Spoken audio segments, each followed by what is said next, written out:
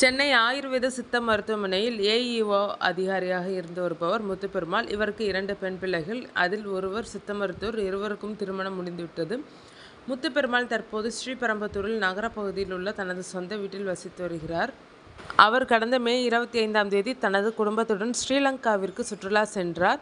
31ஆம் தேதி வீடு திரும்பினார். அப்போது வீட்டின் கேட் திறந்து கிடந்ததை பார்த்து அதிர்ந்து போனவர் வீட்டில் உள்ள பீரோ லாக்கரை திறந்து பார்த்தபோது அங்கிருந்து 21 லட்சம் பணம் மற்றும் நகைகள் என மொத்தம் ரூபாய் 1 கோடி மதிப்புள்ள பொருட்கள் கொள்ளை போனது தெரிய வந்தது.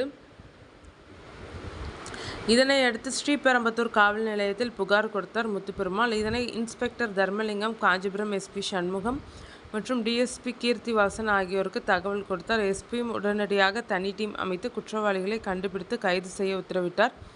காஞ்சிபுரம் எஸ்பி சண்முகம் அதன்படி டிஎஸ்பி கீர்த்திவாசன், இன்ஸ்பெக்டர் தர்மலிங்கம் ஆகியோர் அவசரமாக அந்த பகுதியில் உள்ள சிசிடிவி கேமரா, செல்போன் டவர் ஆகியவற்றை அலசி ஆராய்ந்தனர்.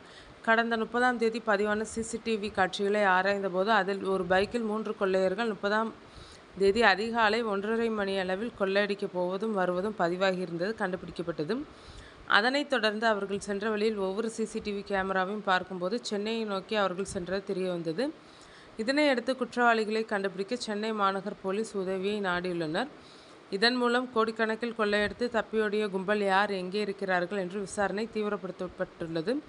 மேலும் சென்னையில் உள்ள ரயில்வே நிலையங்கள், சப்வே, சென்ட்ரல் ரயில் நிலைய பிளாட்பாரங்களில் இரவு நேரத்தில் தூங்குபவர்களிடம் சிசிடிவி ஆதாரங்களை கொண்டு விசாரணை நடத்தி வருகின்றனர். விரைவில் குற்றவாளிகளை பிடிப்போம் எனவும் போலீசார் உறுதியளித்துள்ளனர்.